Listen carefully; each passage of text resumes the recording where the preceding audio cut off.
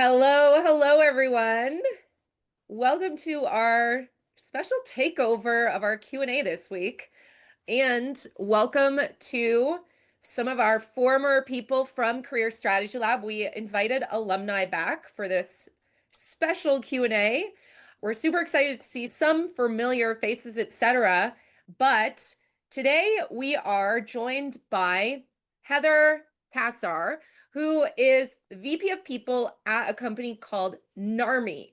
And Heather has over 15 years of experience leading people strategy, a little talent acquisition, obviously, at high growth companies like Cash App. I just heard someone speak from Cash App a couple of days ago at the conference, Payoneer, and Uber. Thanks to Uber for getting me around Europe. Heather has scaled teams globally, redesigned company values, and built the infrastructure for organizations to thrive during rapid growth.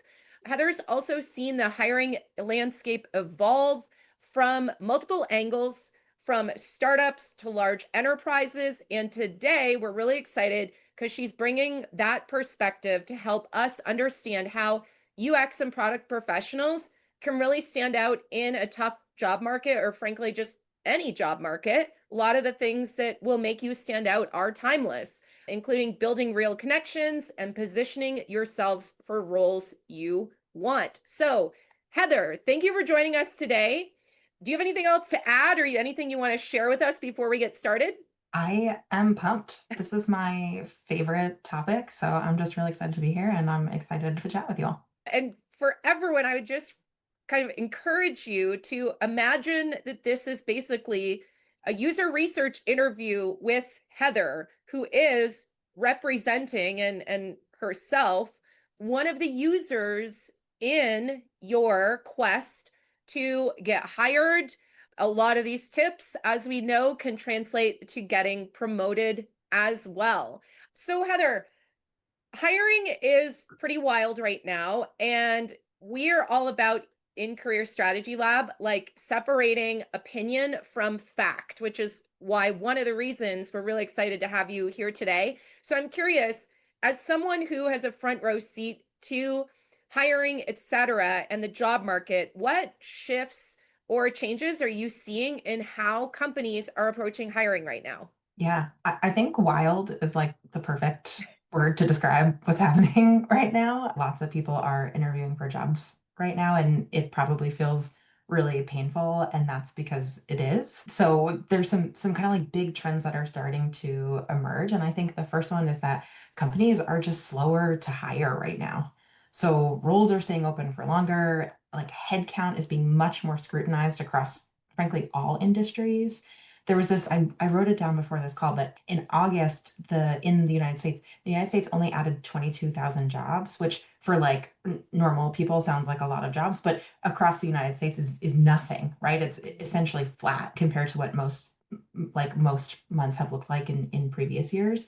And so kind of what it means for those of you who are looking is that companies are really trying to define must-have versus nice-to-have roles.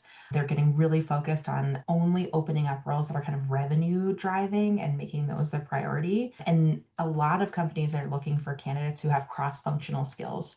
So I think what we're seeing is this trend of, kind of getting rid of this middle layer of management, people who are, sort of only managers, and really much more of a focus on kind of the player coach model and people who can do more than one thing at a time. And I'm curious, why do you think companies are expanding their time to hire? Like, what are a couple of factors that are driving that, in your opinion? Yeah, this is something that we're dealing with at Narmi right now. We have just like for reference, like some HR nerd stuff. We try to hire in about 4 to 6 weeks. So when we open a role, we try to get somebody in the door or get someone to sign their offer letter between 4 to 6 weeks. We're averaging 12 weeks right Mm. now, which is really long. And I think what we're seeing is people who are really cautious to leave their current roles. So in the same way that the companies are kind of cautious to make hires and bring people on, I think individual people are feeling the same thing, sort of the general climate and kind of like what's happening, politically, environmentally, like kind of what's going on in the world right now, Mm. has people thinking that it might be better to stay with like the devil you know versus the devil you don't.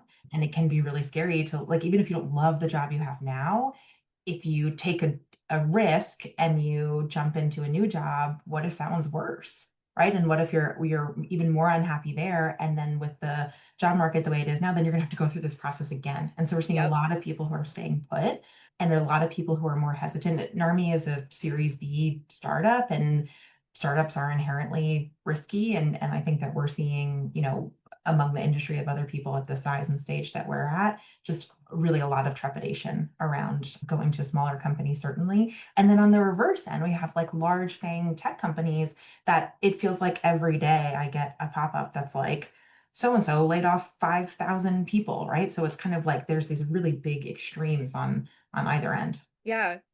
And I want to follow up on that timeline at Narmi, which it was previously 4 to 6 weeks. Now it's 12. And just correct me if I'm wrong here, but you said candidates are being a little slower to make moves, let's say. Mhm. So is part of that practically triple the time it's taking you to hire people? Is part of that because candidates are somewhat dragging the process because maybe they're asking tons of questions or taking longer to get back? And so is that contributing, or did I misunderstand that part?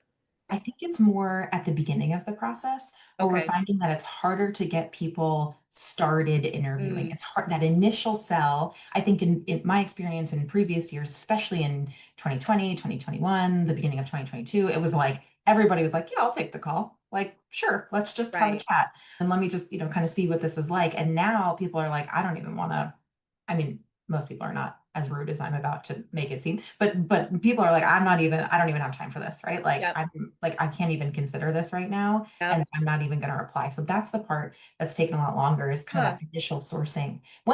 For the most part, once we get people in the process, we're, not to toot our own horn, but we're pretty good about moving people along. It's that kind of initial, like just getting people to be willing to take the jump.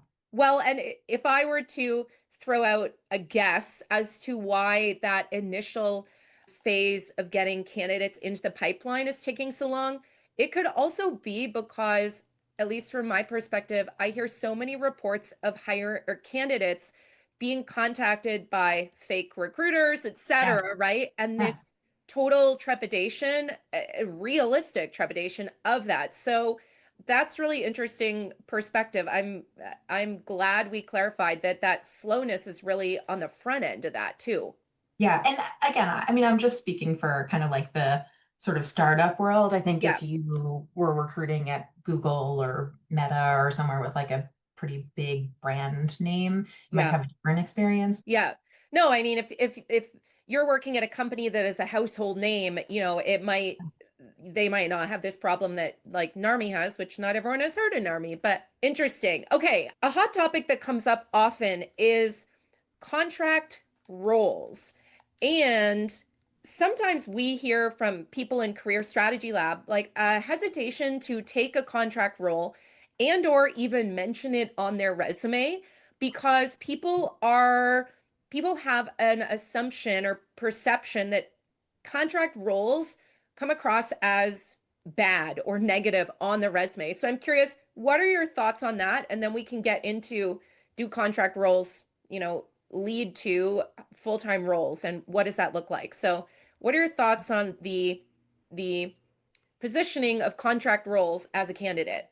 I'm so fascinated to hear you say that because I Okay. love a contract role. Like I don't, I am trying to think of a time in which I've looked at someone's resume and thought, I'm going to pass on this person because their last role was a contract role. I Right. think some of that is the way you tell that story, both on your resume and in your conversations, right? I mean, if it's like, hey, I've had 12 contract roles in a row because I don't know what I want to do and they're all totally different and I can't make up my mind and I kind of am jumpy, then yeah, maybe a little bit. But if Right. it's like, hey, I have had an incredible opportunity to work for these 4 or 5 different companies and I wanted to experiment with different industries, or hey, just because of my personal life, like I wanted to be able to take time in between roles. I'm caring for my kids, I'm caring for elderly parents, and being able to, have chunks of time in which I can work and then pull out is like meaningful to me as part of my lifestyle. I think the way you tell that story is super important. I mean, I'll give my personal point of view. I Right. don't see it really much stigma around that at all. I think especially now, contract roles are just more and more common as Yeah. companies start to really kind of tighten that budget. I'm jumping ahead a little bit because you kind of asked this question. If you all have an opportunity to take a contract role, take it. I see those as kind of if it's a company you want to work for, I see it as an extended interview for you and for the company, right? So the company gets to evaluate your performance and if they are kind of struggling with budget or they're not sure if they want to hire, they get to say, hey, like I have seen Erin's performance over the last 6 months and she's amazing. And like, of course, like it's a no-brainer. Of course, we would make her this offer. And then for you, you get to trial the culture of that company, right? Is this the kind of place you want to work?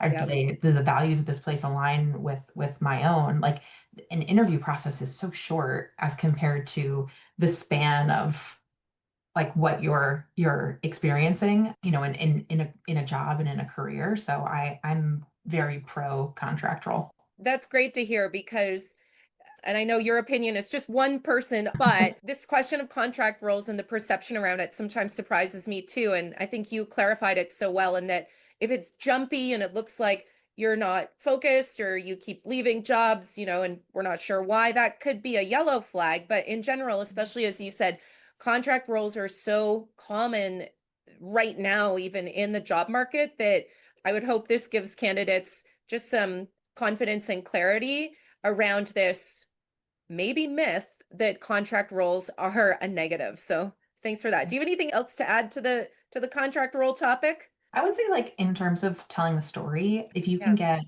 people that you've worked with, particularly people who hired you at those contract companies, to write you a review on LinkedIn after you leave, that's pretty powerful. And you kind of get ahead of that, like, oh, did this person leave because the organization asked them to leave and ended their contract early? Or was it always supposed to be 12 months and now they have a glowing reference that's like publicly available? So right. maybe a little pro tip if you can. We are here for the pro tips. Okay, let's kind of walk through the stages of the candidate kind of interview and an application process and think about that first part of candidates have applied and they're trying to stand out once they've hit that application button. So based on, what you've experienced in the past and more recently, what things help a candidate stand out?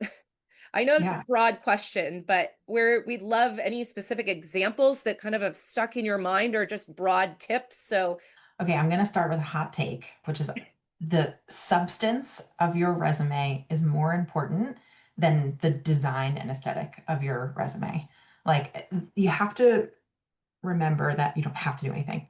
I would say that you should remember that your resume, before it gets to the person you're going to work for the head of product design, the CTO, whoever you're going to be reporting to, you've got at least two layers, which is one, the tool that is parsing through your resume and the data and information in your resume.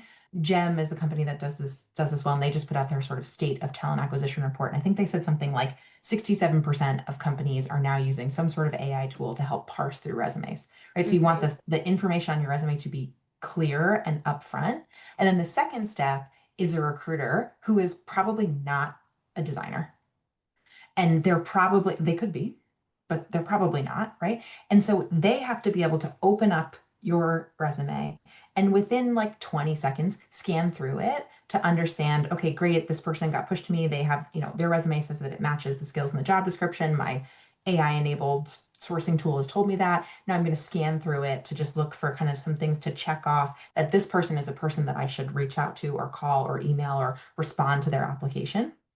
And so when the resumes are like really kind of fluffy and you have this like beautiful aesthetic and mhm. I love a good aesthetic. So it doesn't have to be one or the other, but when it's only that and you're not sort of like formatting your resume to SEO enabled searches, you're not going to stand out as much. Or the opposite could happen where it's like so big and long and wordy and verbose that it's like also kind of falls away. Yeah. So I would say that that's a pretty good place to start of just when applying to the job.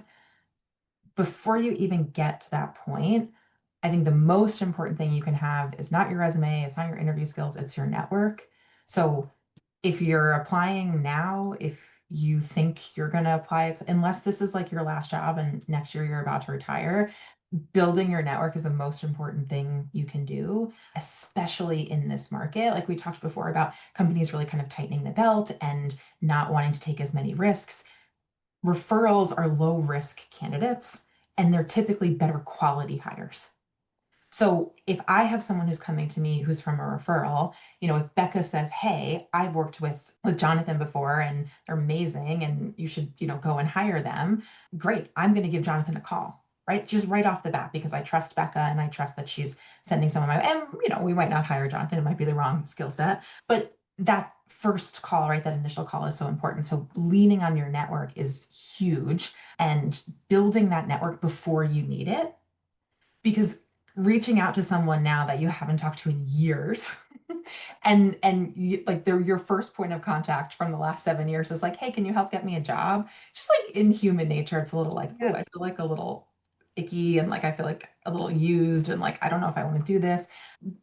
I forget which CEO it is, but someone does this thing where they like set a reminder on their phone and like every Friday they just send out like 20 text messages to people that they've worked with before. So Mm. keeping like a roster of people that you've worked with in the past to just it can be so simple. It's just, "Hey, I've been thinking about you." Hmm. It can be like genuinely, "Hey, this thing reminded me of you." It can be, "Hey, I was scrolling through LinkedIn and I saw something that you posted and I loved it." Just even just truly as simple as like, "You've been on my mind."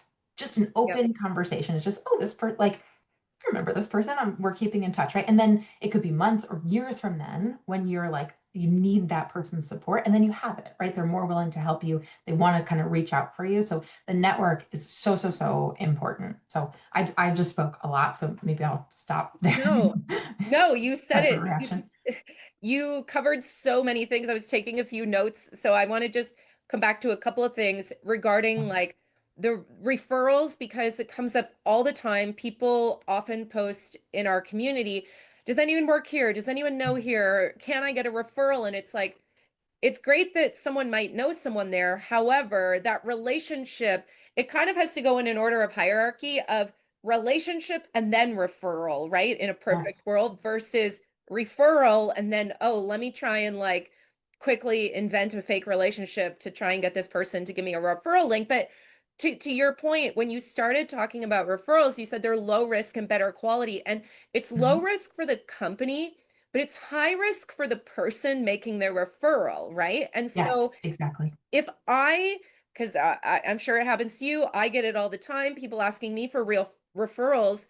And I'm like, I don't even have a clue who you are. I'm not introducing you to anyone because my reputation is on the line. So I think it's really important context for people to understand and like the why behind investing in relationships before you need them. Yes, agreed. Um, Can we go back to the two layers you mentioned really quickly, which I thought was brilliant in terms of layer number one is the tool, right? And there's a lot of hot takes out there on LinkedIn, et cetera, around like AI is overtaking the job search and it's, making it so unfair, unhuman or something. And my perspective is tools have been involved in hiring like before 18 months ago when AI became like so popular, right? Like software Yeah. like Workday and JobVite and all the other ones have been around, some of them for decades. So there has always been software involved in hiring.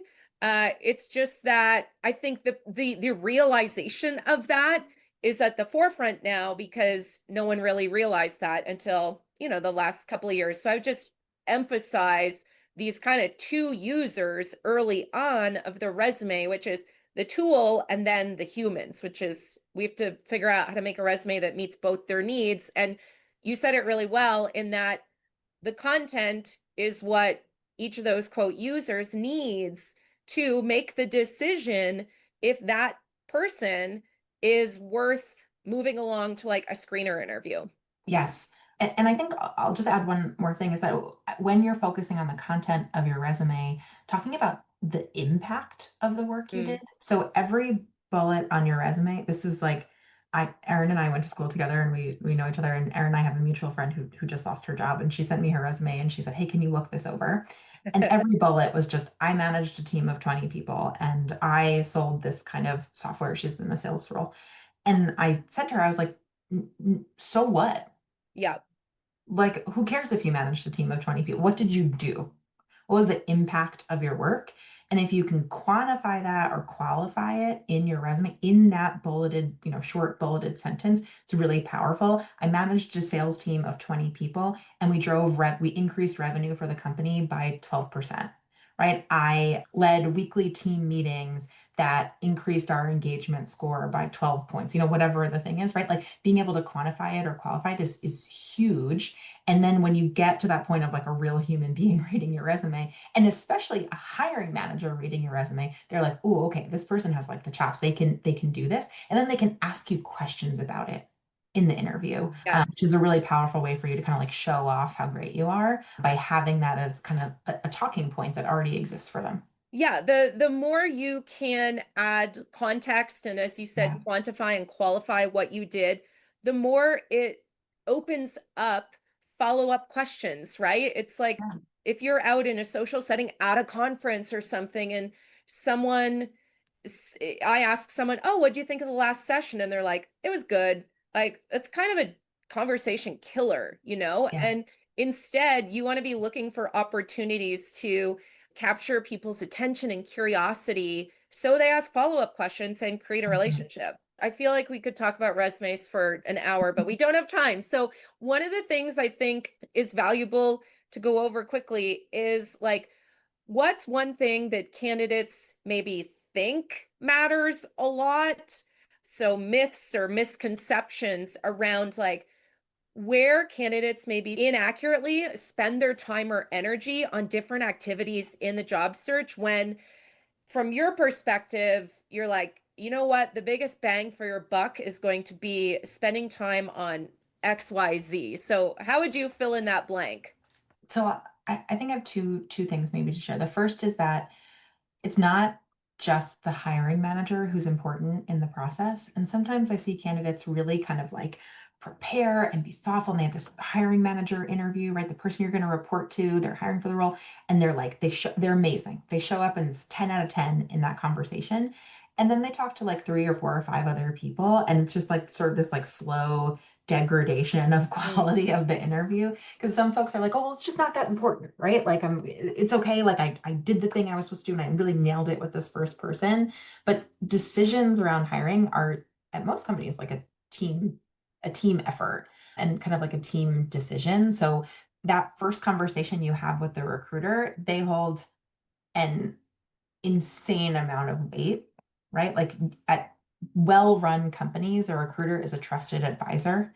And mm, so if you can impress the recruiter, you will have a good head start. I see sometimes people treat, especially in more technical roles, no one here, obviously, but I have seen people treat recruiters as kind of like an administrative function, right? Where it's just like, oh, yeah. I like this, I don't care what this person thinks. Like, I just need to get past them to move on to the next level. But actually, again, at well-run companies, they're a strategic advisor. Hiring manager is working with them, they're trusting them, they want to know their opinion, right? They're kind of that person that they're going to and asking for advice. Do you think we should move forward with this candidate? And so really kind of making sure that you're sort of spreading the love Mhm. around the full interview panel. The second one I would say is that hiring is not fair. It's just not. It should be. Your talent and your ability to do your job and how beautiful of a portfolio you have should be the most important thing, but it won't be always. Sometimes it is, but it won't be. Sometimes timing and budget outweigh talent. And it kind of sucks. And it shouldn't be the right thing. Sometimes somebody else gets the job because they knew a person there and you didn't. Like it is it is hard for me to say this because I work in this space, right? And Yeah. I try to influence this as much as I can, but it's not going to be a fair process. And I think understanding that and not taking it personally when if you get a rejection or if it's so hard not to like take that to heart and be like, wow, am I actually not good at what I do? Yep. I started at Narmi in February, but I was unemployed for 7 months before that, and it was a tough lesson that I learned, even as someone kind of like in the space of, okay, like I should have gotten that job and I didn't, and now I have to be able to move on from it.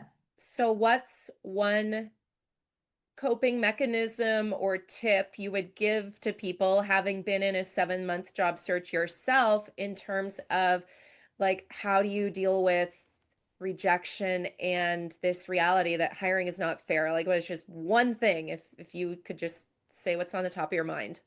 I would say ask for feedback as much as you can. Some companies won't give it to you. Like I worked at organizations where there was like a general policy where the feedback from the recruiting team had to be super vague because some companies are afraid of like getting sued if they say the wrong thing. But I was interviewing for a role that I really thought was like a slam dunk. I was super excited about it. And like we were like right at the end of the process. I had met with it was a startup and I had met with like the board. Like I was pretty far in Yeah. and I didn't get the job. I said to the hiring manager, I was like, can I just have 20 minutes of your time? And I just want your advice. I'm going to interview again. I'm going to interview for roles just like this. This is like kind of my dream job.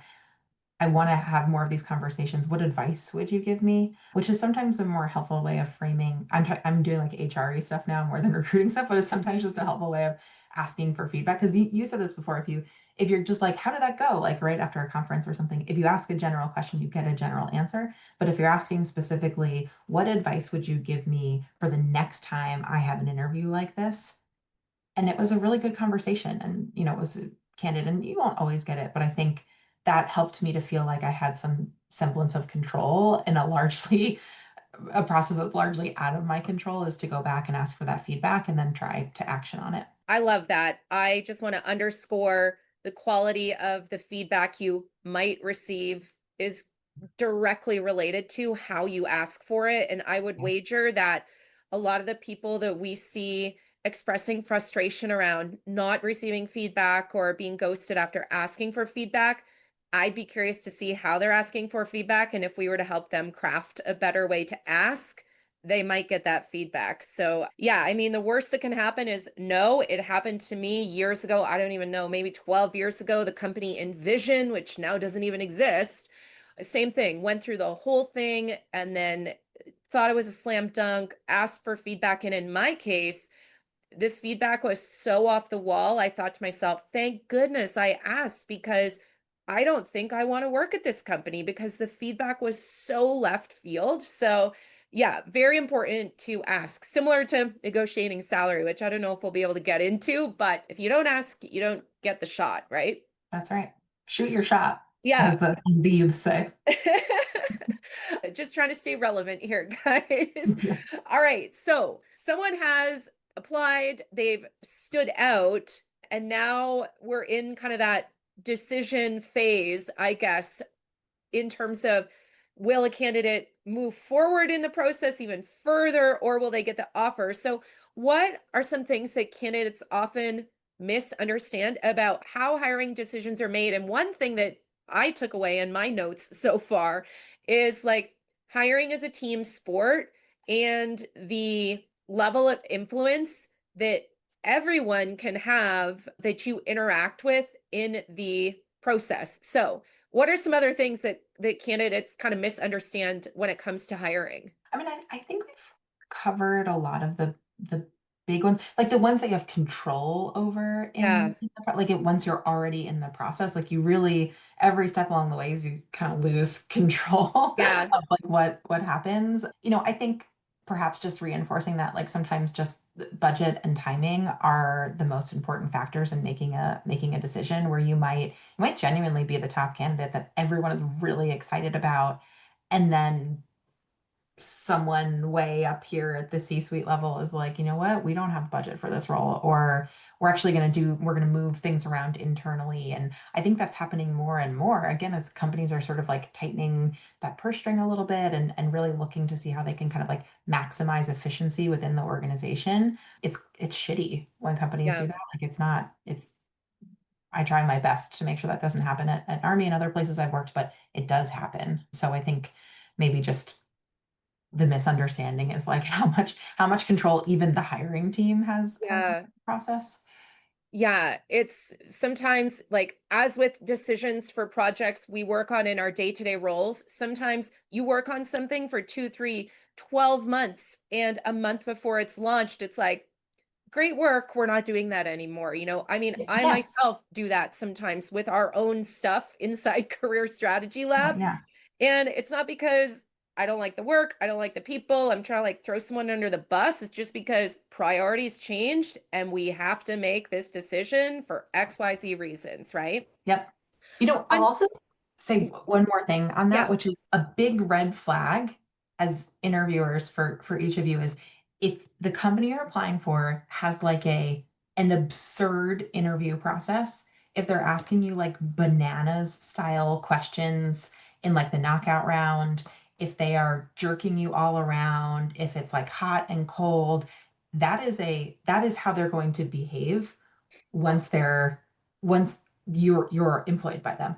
So if you're getting those kind of signals and you're like, wow, this is like I see some like red flags right now, like this is like a little crazy. And a lot of people are like, when you're unemployed, especially if you find yourself suddenly unemployed because you're laid off, you're kind of desperate for a job and you're like, let me just like continue. It's kind of like dating, like yes, your first date with someone, like you're supposed to like your first date is like when you really first impressions matter and you show up and you're like bringing the best version of yourself. If the best version of yourself still kind of sucks, like that you're gonna kind of suck like the rest of the relationship. So if yep, like the best version of that company is rescheduling interviews a million times, taking weeks to respond back to you, like it's a huge red flag. And I would say like move on because it's not going to get better once you're employed by them. yeah. The way that companies hire is a foreshadowing of the way they're going to treat you once you're hired, right? Yeah. One quick misconception that maybe you can clear up, maybe you can't, but feel free to dodge the question. But, we hear all the time, especially right now, when companies post a role, oftentimes there is such a high volume of candidates. I'm curious if you can tell us anecdotally, and this will be a guess, but like what percent of candidates who apply do you think actually meet the bare minimum, let's say, versus they just practically didn't even read the job description, had no business applying, but somehow applied anyway? Because I think one concern job seekers have, and I think it contributes to the anxiety of the job market right now, is when you see this job was posted 5 days ago and has 400 applicants, or 5 hours ago and it has 400 applicants. So, can you level set around like quality of candidates and what to make of these numbers? I would say that qualified candidates for a highly desirable role, like the ones that many of you would be applying to, m- less than 5% of the applicants are qualified. Sometimes even less than that. Hmm. For many of the roles the technical roles especially that we are interviewing for, we often don't hire anyone that's applied. We call it outbound sourcing. We're going out and like Yep. finding people who have those skills. There's this sort of like influx of AI generated, like you can pay a company to like blind apply to jobs for you. That's certainly Yep. something that certainly increased the number of applicants that we get. I think, again, there's less jobs available. So just applying to anything and sort of like casting a wide net is certainly happening is a very low number. And I should say, I don't want to say that to discourage you. Like you should still apply to jobs that you're not 100% qualified for. And when I say like qualified, I don't mean someone who's like, less than 5%. I mean like people who meet like 80% of the job description. Like Yeah. no, very few people are going to meet 100% of any job description, like perfect candidate. It's so low. It's actually like alarming low. It's Yeah. one of the most frustrating things in the recruiting spaces. I'm like, oh, I want to give someone a chance, but there's just no one here. We Yeah. posted a mid-level product manager role a few weeks ago, and we had 367 applicants by the next morning, that about Wow. 24 hours later. We didn't hire any of them, by the way. Hmm. We had to do outbound sourcing. Yeah, I think so many people are number one relying on these robo tools that apply for them. Let's be honest, it's happening.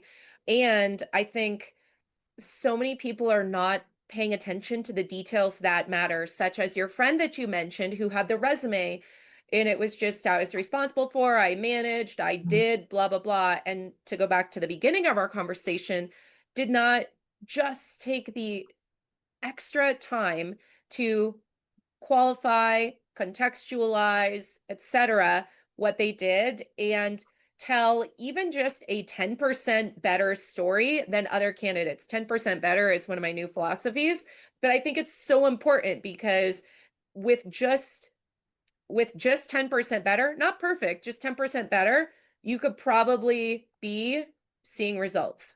Yep. Okay, hot topic really quick. Cover letters or no cover letters? What do you think? Cover letters are bullshit. Don't waste your time. And why do you say that?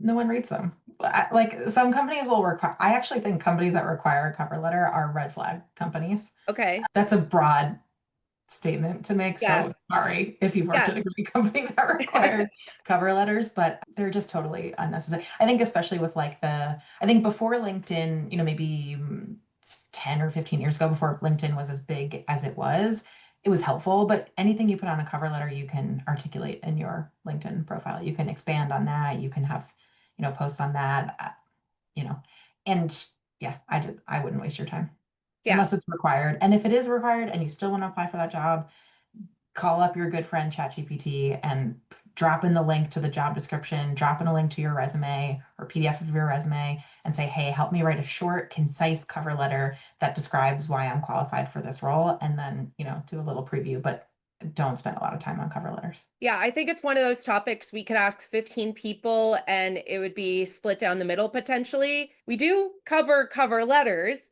inside Career Strategy Lab, and one of the reasons I wanted to cover it is because it can help take a little bit of work off the recruiter, hiring manager, etc., if you can keyword succinctly connect the Yes. dots in the cover letter. And I think one of the reasons cover letters get a bad reputation is because it's like, dear hiring manager, I am so excited for this role to change the world at your company and blah, blah, blah. And it's like, Mhm. they're so shitty. And so I think a well-written cover letter might be effective, but it depends. I mean, Yeah. you don't use them though, which is totally fine. I've Let's never, see. never required it. Yeah, I've never requiring read it to me is like, why bother? Don't like requiring it. yeah, yeah, Okay, so another thing that we're curious about is like the potential impact or value of trying to contact a hiring manager before or after you apply for a role at their company. Has this happened to you? Did it result in positive things for the candidate, negative things? Like, do any examples come to mind? yeah. Or I did you think do it in your job search? I did a couple of times. I think it depends on how you do it. If you are thoughtful and you're specific, I think it's really helpful. If you're messaging the hiring manager and saying, please look at my resume, I just applied to your job, that to me, this is different for different people, but for me personally, that's a turn off where I'm like, this is like lazy outreach. And Yeah. maybe that's unkind to say, but it's kind of like, hey, if you're going to take the time to like find the hiring manager on LinkedIn, you've already applied to the job, like tell me something new. Tell me something I'm not going to get by reviewing your resume through like our applicant tracking system, right? Like make some sort of connection. I think when you're thoughtful, it helps. It should be short, it should be value add, right? Like it should be in addition to whatever is on your resume. The best way to do that is if you have even like a loose tangential connection in any way. Like the best way is if you know a person who knows the person, right? And they can make the introduction for you. That's often more Yeah. powerful, which is to say, hey, and Erin says, hey, Becca, like I know Heather and she's applied to the CSL to come and work for you. Can you, give her a call? Like that's great. Or if it's even just some other connection, right? Like we're all human beings and like we all desire human connection. It's the same thing when we're thinking about recruiting. So just something that's thoughtful that stands out. I would strongly advise against messaging and just saying, hey, please look at my resume. I just applied to your job. Yeah, it just screams lazy, in my opinion. If you can say something unique extra additive to Yeah. what was already there, connect the dots, like maybe take what maybe you would have put in a cover letter and use one of those things for the outreach. Yeah. Yeah. Okay, so we kind of already covered relationships, so I think we're going to move on to the idea of career growth and promotion. And I'm curious, like, what signs tell you that someone is ready for the next level, whether it's like in their own department or maybe moving across departments? Like, how do you guys think of that? How do you think of that? Yeah. I think it's going to be really company dependent and kind of like how your company thinks about things. My philosophy in like the HR and people space is when you get promoted at a company, it should be at the intersection of two things, which is individual readiness and business need. Mm, So I think when we're earlier in our careers, a promotion is sort of like expected, right? Like if you're at an entry level or you're in an entry level role, for like 10 years, like something's probably like you're probably not that good and you should think about a different job, right? Like, I mean, unless that's where you want to be, unless you're like, hey, I love it here. This is like easy peasy. This is how I want my life to be, then more power to you, right? But if you want to advance and you're kind of staying at the same entry level role for an extended period of time, that's probably a signal for you. But as we get more senior and more experienced in our careers, a promotion is not guaranteed. I've worked at company when I worked at Square and for Cash App, we had something called terminal levels, which is, hey, once you get to this level, we had 9 levels, and the terminal level was often level 6. So once you get to this point, you might never get a promotion.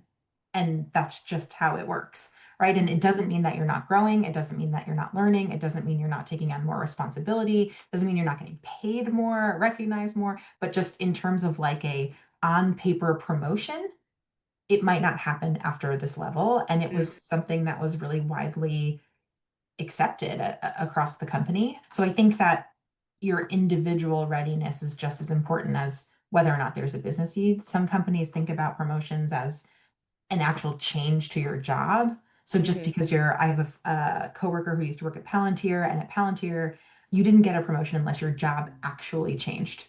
mm, So I didn't go from like HRBP to senior HRBP to like extra senior HRBP, like that didn't exist. But if I went from HRBP to head of talent acquisition, then I would get a promotion because it's a different job. right. So it really kind of depends, I think, on your company. And personal readiness is only half of it, candidly.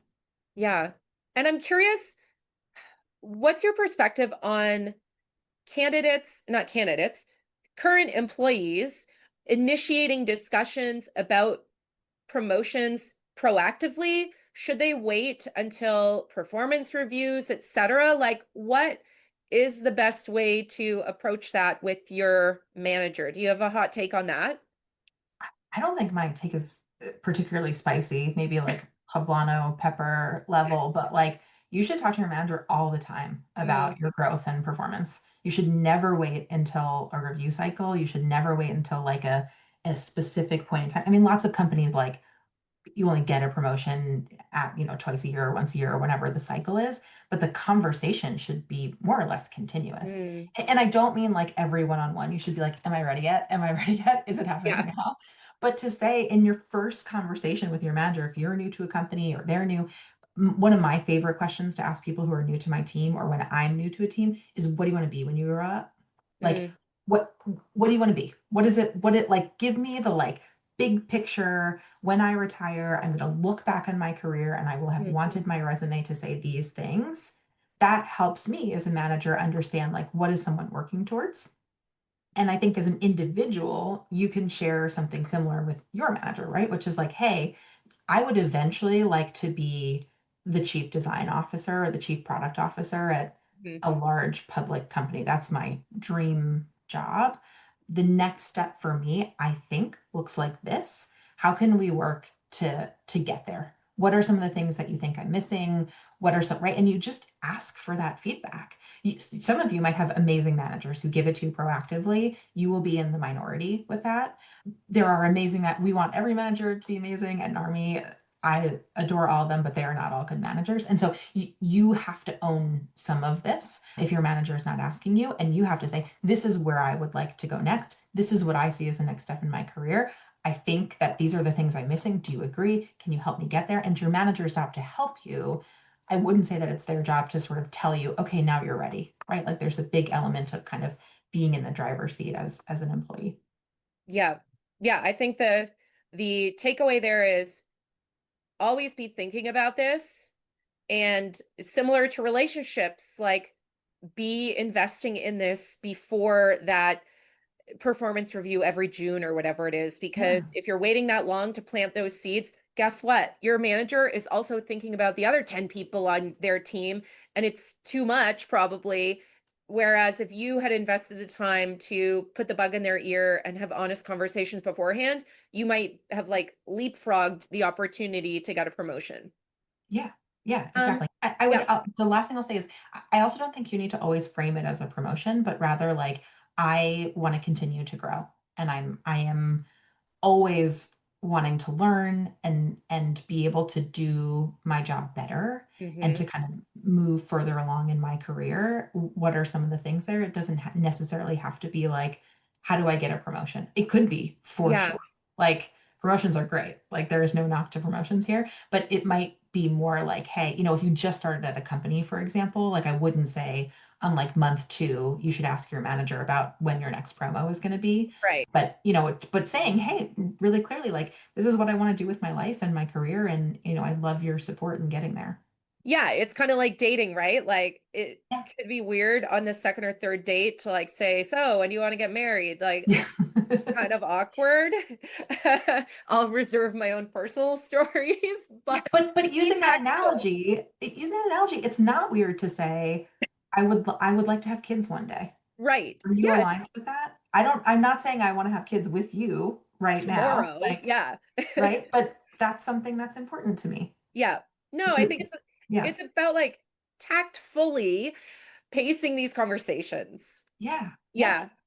Okay, so last question. You were hired 7 months ago, but if you were job searching right now, given the job market and current climate, like, is there anything you would do differently? And what are one or two tips you would give people or that you would be applying to your own job search right now? yeah. I would lean harder into my network. I would lean harder into networks that were not mine yet, but I wanted to be a part of. Mm, I really like the idea of networking events. And then I show up at them and I'm like, wow, I'm so uncomfortable and I don't know who to talk to. And like, I just sort of like gravitate towards the easiest thing where I like sit alone in the corner. I'm like, I'm like, hello? I have a phone call, right?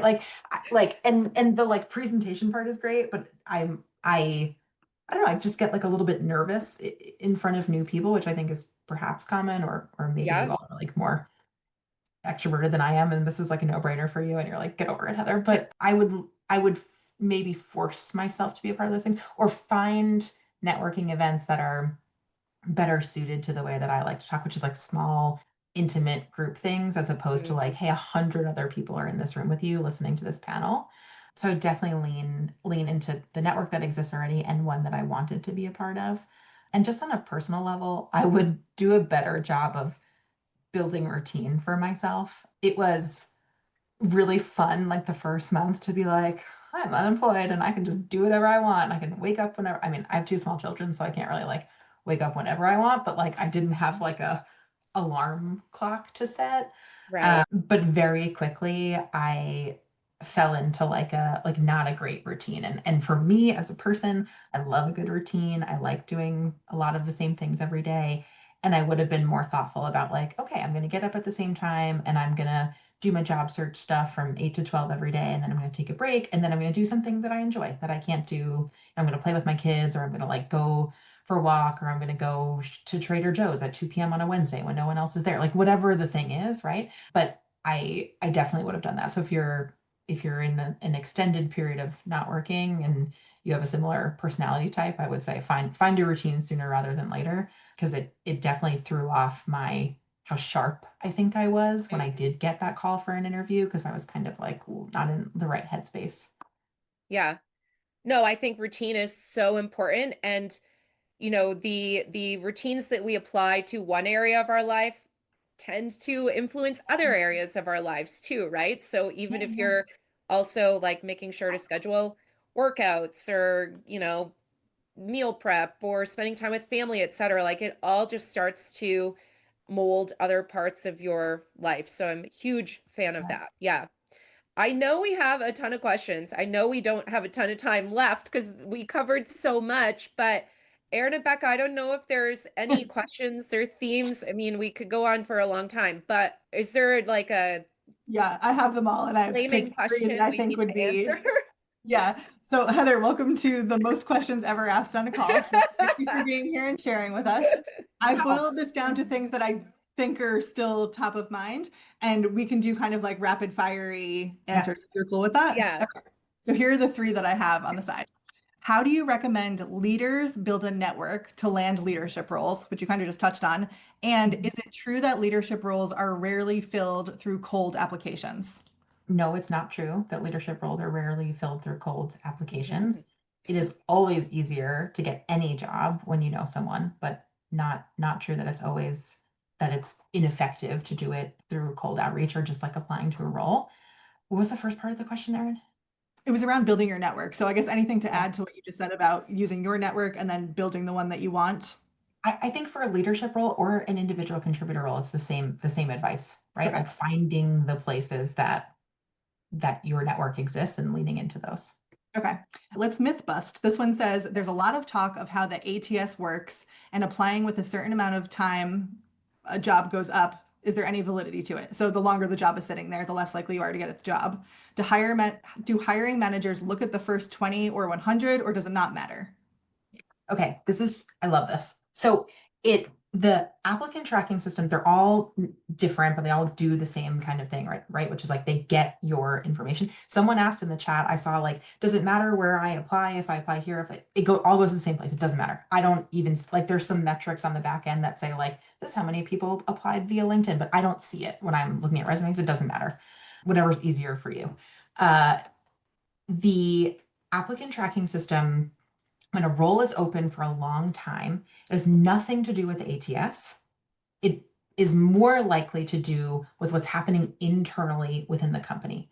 So it is true that the longer a job is open, the less likely it is that you're going to get that job. But because of the internal dynamics of the company, not because like a job that's been open for 60 days is inherently like not a good job. You know what I mean? So like it could be that they're already in process and they haven't closed the rec out.